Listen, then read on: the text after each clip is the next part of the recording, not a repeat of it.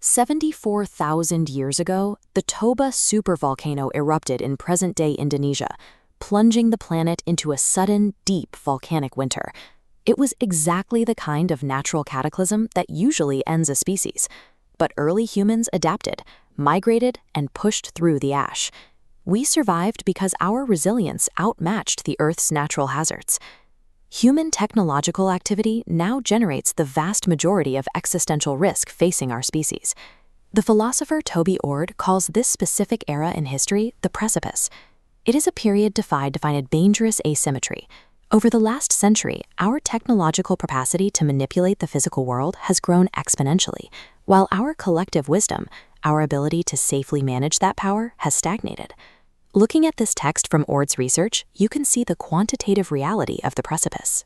He estimates that humanity faces a 1 in 6 probability of experiencing an existential catastrophe within this current century.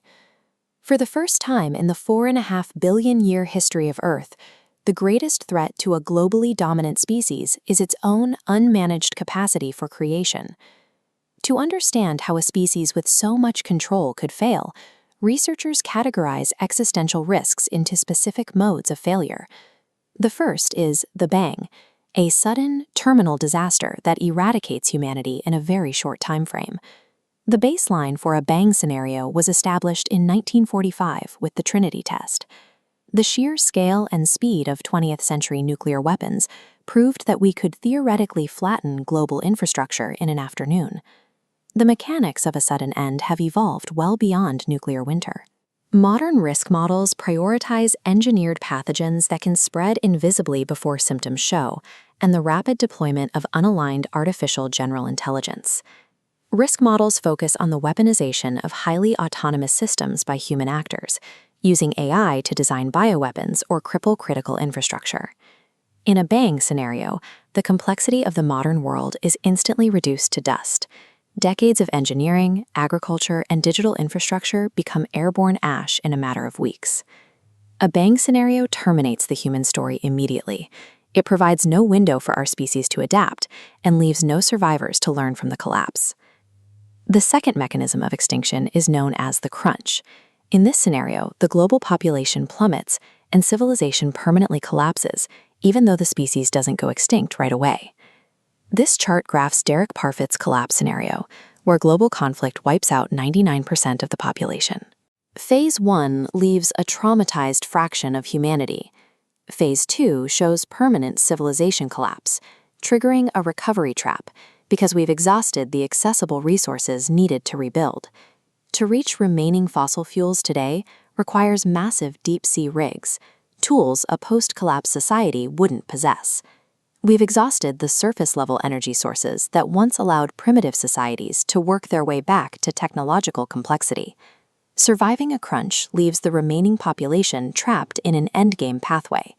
Without surface energy to rebuild, and forced to live in an environment with degraded ecosystems and a destabilized climate, these final enclaves become highly vulnerable. Eventually, a single severe drought or a localized pandemic finishes what the collapse started. The final taxonomy of extinction involves no violence or sudden catastrophe. It is called the whimper, a gradual, irreversible decline where humans physically survive but lose all meaningful potential. A technological whimper could look like a society completely dependent on AGI.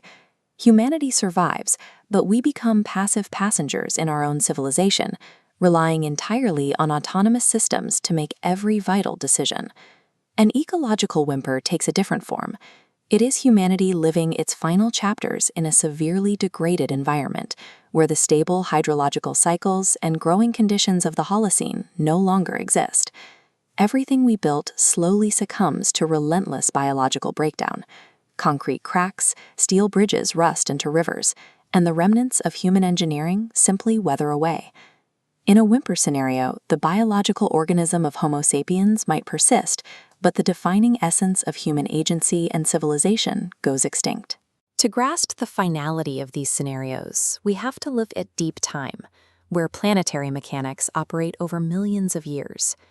Geologists measure planetary erosion using the Bubnoff unit.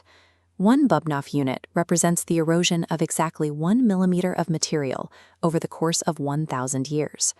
Apply that math to humanity's grandest structures. Without constant maintenance by human hands, the Great Pyramids at Giza will eventually wear away into unrecognizable mounds of stone. This physical erasure extends beyond Earth.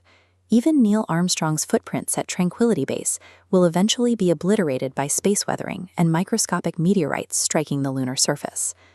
Planetary mechanics eventually erase any species that cannot sustain its own complexity, reducing our entire cultural history to a thin, anonymous layer of sediment in the Earth's crust. In our absence, an inevitable ecological succession would take hold. Fast-growing vines and root systems would fracture the asphalt, and dense canopies would swallow the skeletal remains of our urban ruins. Wildlife would treat the Anthropocene's corpse as simple geography. The rusted cables of suspension bridges would become nesting grounds, and the flooded basements of skyscrapers would form new aquatic ecosystems.